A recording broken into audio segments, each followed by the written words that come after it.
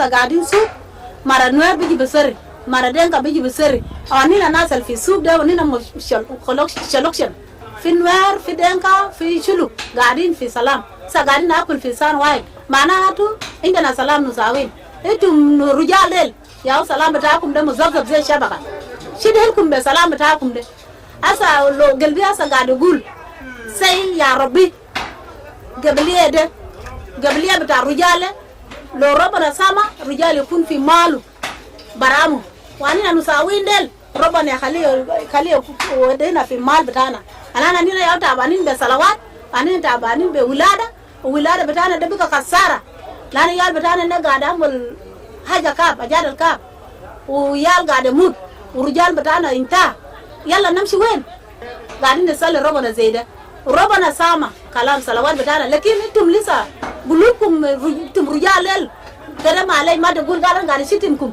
لكن انتم رجال سلام بتاعكم مزبزب بقول عليه هاي قبلها سلام وبكره مرجع وبكره مرجع انتم رجال كده كلا بالكم بسلام خلي سلام يكون واحد. Sounds of the Week on iRadio, your art on South. Live from Juba, on air and online. This is iRadio News. Hello, this is iRadio News. First, here are the headlines. The presidency and South Sudan's political parties have approved urgent amendments to the 2018 Revitalized Peace Agreement to clear the way for the 2026 elections. Some members of the public and motorists have criticized the Directorate of Traffic Police over newly introduced traffic regulations and fees and force, describing the measures as an alleged attempt for extortion. And engineers at ARC Resources Corporation Limited have issued a 3-day ultimatum to the company's management demanding payment of accumulated salary arrears or face possible legal action. These stories and more coming to you in this news bulletin with me, Lasuba Memo, and now the news in detail. The presidency and South Sudan's political parties have approved urgent amendments to the 2018 Revitalized Peace Agreement to clear the way for the 2026 elections. The decision, finalized during a special session of the expanded presidency led by President Salva Kiir on Wednesday, December 17th, aims to remove legal and structural obstacles that have long delayed the nation's electoral roadmap. Speaking to the press, Minister Martin Elia Lumoro said that while the leaders have the political will to implement the changes, the amendments must still pass through several government offices to become a law. He said that the approval follows a communique from last week's presidency meeting, which identified key provisions in the peace accord that currently hinder the electoral process. According to the statement, the government intends to create a viable legal framework that will allow South Sudan to hold its first democratic elections since independence. The next steps include review by the Council of Ministers, evaluation by the reconstituted Joint Monitoring and Evaluation Commission, and final debate and approval by the National Legislative Assembly. The statement from the Office of the President emphasized that both the presidency and signatory political parties reaffirmed their commitment to holding national elections next year. Leaders described the upcoming polls as a crucial element for fostering national stability and creating an environment conducive to development and economic growth. The statement added, if approved by the relevant institutions, these amendments are expected to overcome long-standing challenges and put the nation on the right track. Some members of the public and motorists have criticized the Directorate of Traffic Police over newly introduced traffic regulations and fees, describing the measures as an alleged attempt at extortion. During a parliamentary session this week, lawmakers said the Director of Traffic Police, Major General Con John Accord, recently introduced new changes for driving tests and changed the renewal periods for vehicle registration logbooks and driving licenses in violation of existing laws. Lawmakers said the measures contradict laws enacted by Parliament and were introduced without legal authority. Mayom County MP Jel Tho accused the traffic police leadership of imposing measures aimed at extorting money from the public. He criticized the mandatory driving test certificate as unlawful. Meanwhile, the chairperson of the Parliamentary Committee on Security and Public Order, Samuel Pochori Loti, accused the traffic police director of openly defying the law, stating that the inclusion of insurance details in traffic records effectively reintroduces annual renewal requirements previously scrapped by the Parliament. Speaker Jemanu Nukumba called for the Minister of Interior to be questioned, saying that the continued enforcement of these requirements would worsen the hardship already faced by the citizens. A day after the Parliament criticized the decision, the Traffic Chief, John Cornacourt, issued a new directive banning right-hand drive vehicles, tinted windows, and specific configurations of public transport. He gave motorists across the country 7 days to comply before strict enforcement begins. Commenting on the matter, some members of the public say the Parliament should summon the Minister of Interior over the issue. They spoke on iRadio's Dawn Show this morning.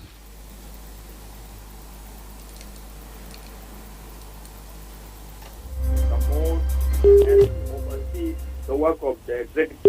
The Minister of Interior is supposed to suspend the order of the Director General of Traffic Police. The Minister to appear to the Parliament to answer, because any director is under Ministry of Interior, any director in police service is under Ministry, even IGP is under Ministry. It is the people who are assigned in those directorates. They're being assigned there to serve the nation. But some of them assume that they're being given as a survival field.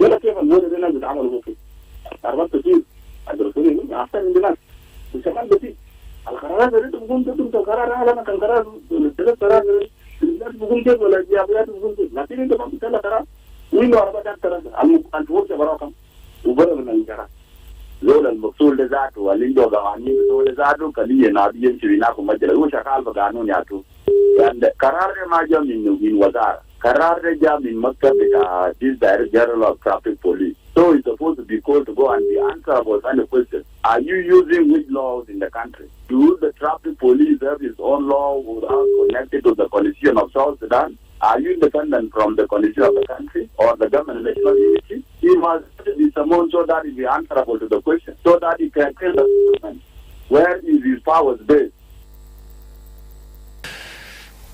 Engineers at the African Resources Corporation Company have issued a 3-day ultimatum to the company's management demanding payment of accumulated salary arrears or face possible legal action.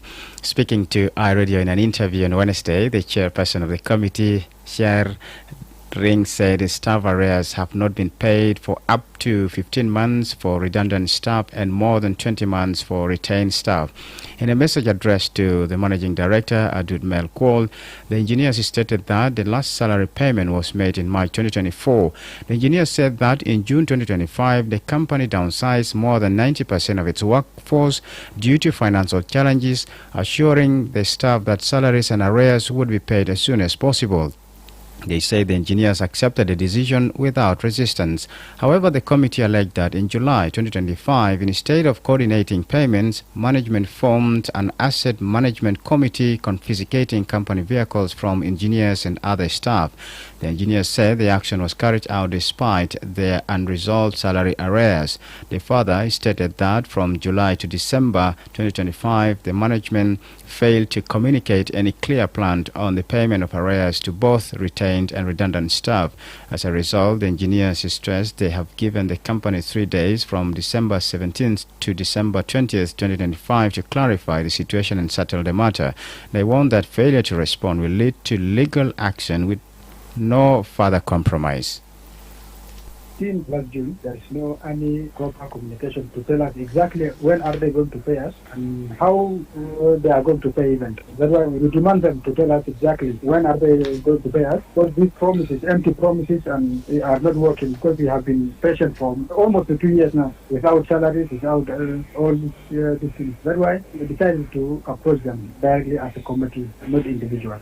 We used to talk to them individually, but not as a committee. But today we wrote this letter, and we sent this letter to everyone. We sent the letter to MD, Managing Director. She has her copy, and also Human Resources Management, legal advisor of the company, and even the PP, which is a company president. We gave them all their copies. So within these 3 days, we were expecting from them to call us or to tell us exactly what are they going to do, because at the end we need our money and all this. As we say in that letter, we have just 3 days, and then after that 3 days we may seek for legal procedures, because at the end we don't want to do anything that is bad, because we are demanding our rights. This right we are going to take it through the legal procedures if they fail. But if they give us what we want, there's no need for going to these things. This is iRadio News. South Sudan has secured 10 million United States dollars in donor support for refugee and returnee reintegration programs at the Global Refugee Forum Progress Review in Geneva, held from 15 to 17th of December 2025. On the sideline of the forum, the South Sudanese delegation held bilateral meetings with key humanitarian and development partners, during which the Swiss Development Corporation announced the funding commitment to support South Sudan's efforts to address displacement-related challenges. The pledge was announced by Swiss Development Corporation Director Ms. Patricia Dancy. The World Bank Group, led by Xavier De Victor, also reaffirmed its commitment to supporting programs for refugee returns and reintegration, while the UN Refugee Agency pledged support toward the implementation of South Sudan's durable solutions strategy for refugees, returnees, and host communities. The South Sudan delegation was led by the Minister of Humanitarian Affairs and Disaster Management, Albino Akol, alongside senior government officials from the education, refugee, and early warning institutions. During the review, the delegation highlighted progress made under South Sudan's 6 pledges to the Global Refugee Forum, while underscoring persistent humanitarian needs caused by displacement, limited access to basic services, and climate-related shocks. Government officials said the donor commitments will support humanitarian response, early recovery, and long-term development interventions, particularly in areas hosting large numbers of refugees and returnees. The delegation also engaged with UN agencies and refugee-led organizations to strengthen coordination and promote inclusive, durable solutions as South Sudan continues to rely on international partnerships to address one of the region's most protracted displacement crises. The South Sudan Bar Association is today convening its first general election in Juba, where members are expected to adopt the advocate remuneration regulations, a framework to determine and standardize the fees they charge their clients. The elections for the South Sudan Bar Association were held in May 2024, resulting in the formation of an executive body headed by Advocate Arab Malweth Manoon as president. Speaking ahead of the assembly, the association secretary for information, Yak Abenego, said the remuneration regulations are among the key measures the bar intends to adopt. He said that the framework will provide clarity and structure to guide how advocates charge their clients. Advocate Abenego said the remuneration regulations are among the key measures on the agenda. He explained that the regulations will also provide a structured framework to guide how advocates charge their clients and address long-standing concerns within the legal profession.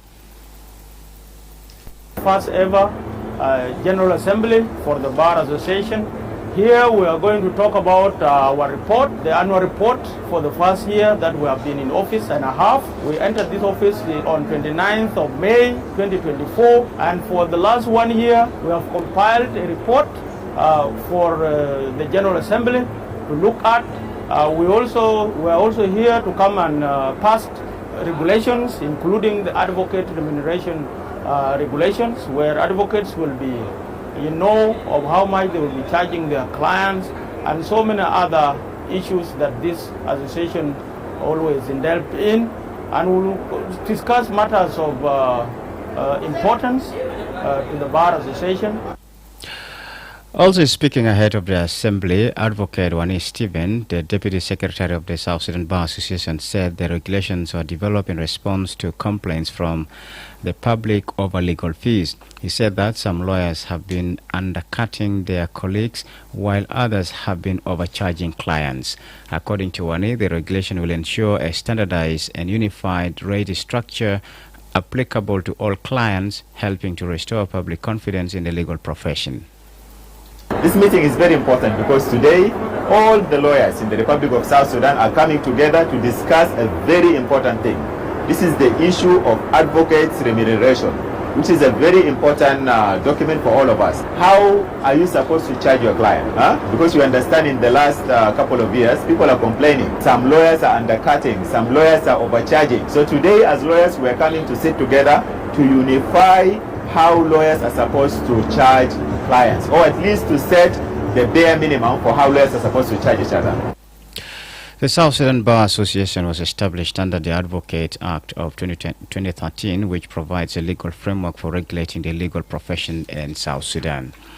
Before international news, the Minister of Trade and Industry at Tom Kwal has confirmed that the National Ministry is actively working on a national framework for food subsidy strategies aimed at stabilizing prices and easing the cost of basic commodities across the country. According to a Tuesday statement posted on the official Facebook page of the Minister of Trade and Industry, the minister made the remarks during a high-level meeting in Juba with a delegation from Lake State.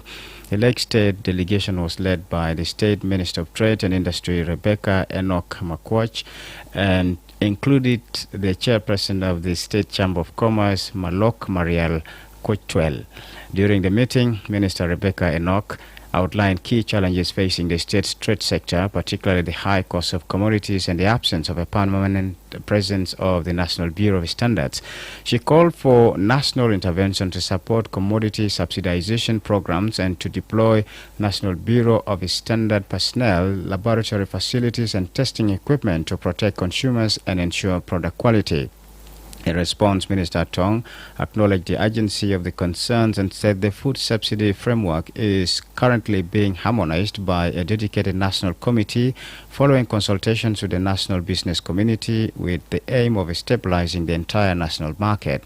She further reiterated the ministry's strategic focus on empowering states and administrative areas to align their trade policies with national objectives in order to promote economic cohesion and create a unified business environment across the country. Minister Tong also underscored the importance of security in sustaining trade and economic activity, commending Lake State Governor Ringtwen Mabor for efforts to stabilize the security in the state. She reportedly said that a secure environment is essential for business growth and market stability. The minister also announced that the National Ministry of Trade and Industry, with support from the United Nations Development Programme, will convene a national consultative conference for all state and administrative area ministers of trade in early January 2026 in Juba. The conference is expected to address policy harmonization, market regulation, and strategies to strengthen trade and consumer protection nationwide. The ministry said the engagement reflects its ongoing commitment to inclusive economic development and coordinated market interventions across South Sudan. This is iRadio News, and now to the international scene. Here is Walma Pal. Good afternoon, Lasuba Memo. Taking you through regional international stories, the rebel movement M23 has announced its exit from the strategically important city of Uvira in eastern DRC. This reportedly comes at the request of American mediators in the conflict between the M23 and the armed forces of the DR Congo. The rebel movement M23 announced on Wednesday that it had agreed to a request from U.S. mediators a day earlier to withdraw its forces from the city of Uvira in eastern DRC. The M23 has been fighting Congolese armed forces in the region for the past year in a brutal conflict that has killed and displaced hundreds of thousands of civilians. Elsewhere, reinforcements from the Central African Armed Forces have been deployed in the Vakaga region with the support of the UN peacekeeping mission MINUSCA to help secure the elections. As part of the implementation of the Integrated Election Security Plan, additional FACA troops were deployed to Vakaga on 16 December 2025. MINUSCA provided air transport for the troops. The Central African Republic is set to host presidential and parliamentary, but also municipal, the first ones in decades, elections on 28th December. Finally, Australian Prime Minister Anthony Albanese says his government will crack down on hate speech following Sunday's deadly shooting at Boundary Beach that targeted a Jewish festival. 52 people were killed when 2 gunmen opened fire at an event to mark the first day of Hanukkah. New laws will target those who spread hate, division and radicalization, Albanese told reporters in Canberra. The Home Affairs Minister will also be given new powers to cancel or refuse visas for those who spread hate, and a new task force would be set up to ensure the education system prevents, tackles and promptly responds to anti-Semitism. That's all from the regional international stories. Back to you, Lasuba Memo. Thanks, Walma Pala. Now to the world of sports. Here is Francis Mukhtar.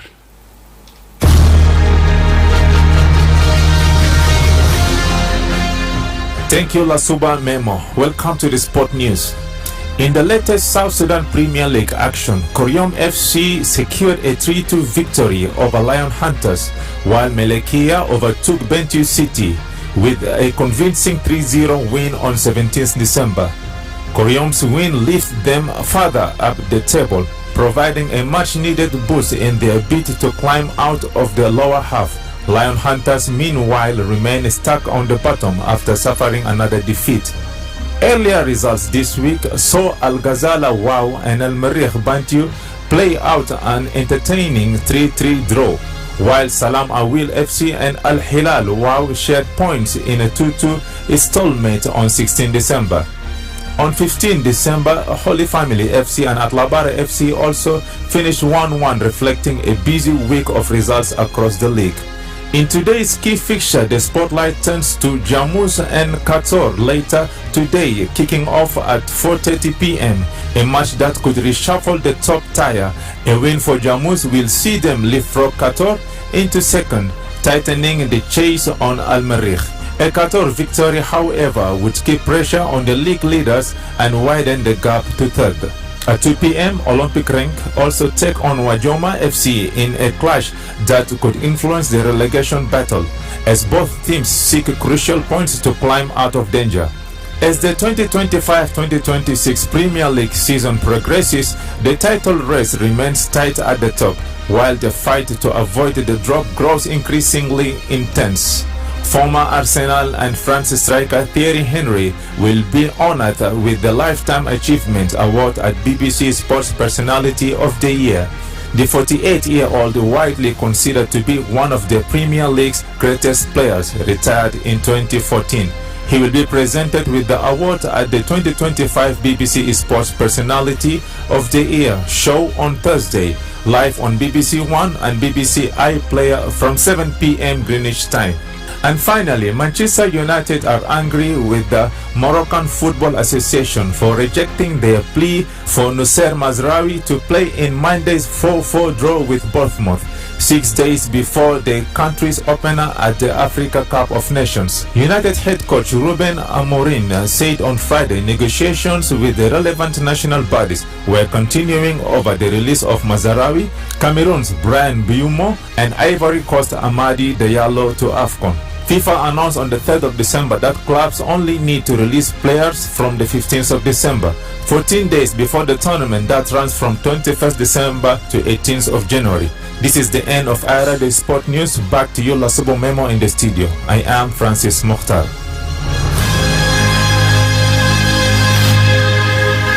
Thank you, Francis Mukhtar. This is IRA the News, and to end this bulletin, here's a recap of the headlines.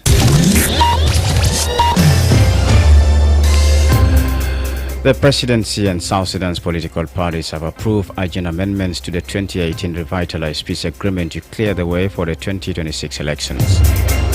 Some members of the public and motorists have criticized the Directorate of Traffic Police over newly introduced traffic regulations and fees, describing the measures as an alleged attempt to extort.